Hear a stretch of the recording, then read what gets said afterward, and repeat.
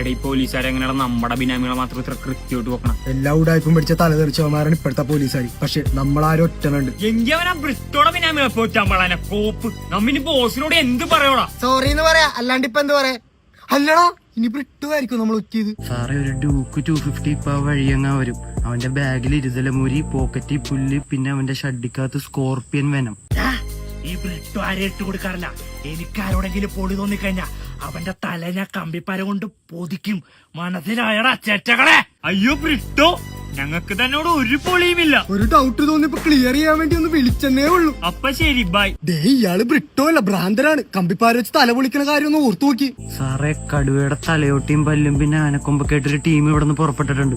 വെക്കം ചെന്നാ നിങ്ങൾക്ക് അവന്മാരെ ഷിപ്പ് യാടത്തിന് മുമ്പ് വളഞ്ഞിട്ട് പിടിക്കാം. പിന്നെ സാറേ, നിങ്ങൾ പ്രത്യേകം സൂക്ഷിക്കണം, അവന്മാരിൽ ഡബിൾ ബാരൽ ഗണ്ണുണ്ട്. ആ മച്ചാന് ഇനി ആ മറ്റേ ഇട്ടുകൊടുപ്പ് രമേശനായിരിക്കും നമ്മൾ ഇട്ടുകൊടുത്ത്. അയാളാണലി അടിച്ച ഐശ്വര്യാണ്. ഇപ്പൊ 1.5 മാസം ഇതേ ഒരേ സമയം 2 അണലി അടിച്ച്. അണ്ണലി ചേരാൻ നേരത്ത് ഒളിഞ്ഞു നോക്കിട്ടുണ്ടാവും നാറി. സാറേ, കിങ് കോബ്രയുടെ വെനം മാത്രമല്ല, കിങ് കോബ്രയുടെ മുട്ട വരെ അവന്മാര് വിൽക്കുന്നുണ്ട്. പിന്നെ മറ്റേ ആമസോൺ കാട്ടിലെ വിശത്തവളനെ അവന്മാര് ബ്രീഡ് ചെയ്യിക്കുന്നുണ്ട്.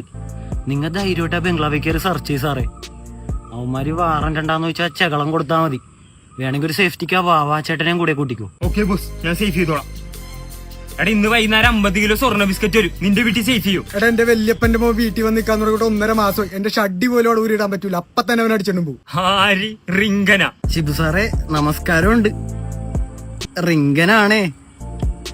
ഞാൻ രവി സാറ് പറഞ്ഞിട്ട് വിളിച്ച മറ്റേ പോത്തിനെ വെടിവെച്ച കേസിൽ നിന്ന് എന്നെ ഒന്ന് ഒഴിവാക്കി തന്നെ. അയ്യോ, സത്യമായിട്ട് ഇത് കൊക്കിനെ വെടിവെച്ച് പുണ്യം തെറ്റിയാ സാറേ. ഓ, ബുദ്ധിമുട്ടാണെങ്കിൽ കുഴപ്പമില്ല. ഇന്ന് വൈകിട്ട് ഒരു 50 കിലോ സ്വർണം വന്നുണ്ട്. ബിസ്ക്കറ്റായിട്ടാ വന്ന. പക്ഷെ അതെങ്ങോടാ വന്നേന്ന് എനിക്ക് മാത്രമേ അറിയുള്ളൂ.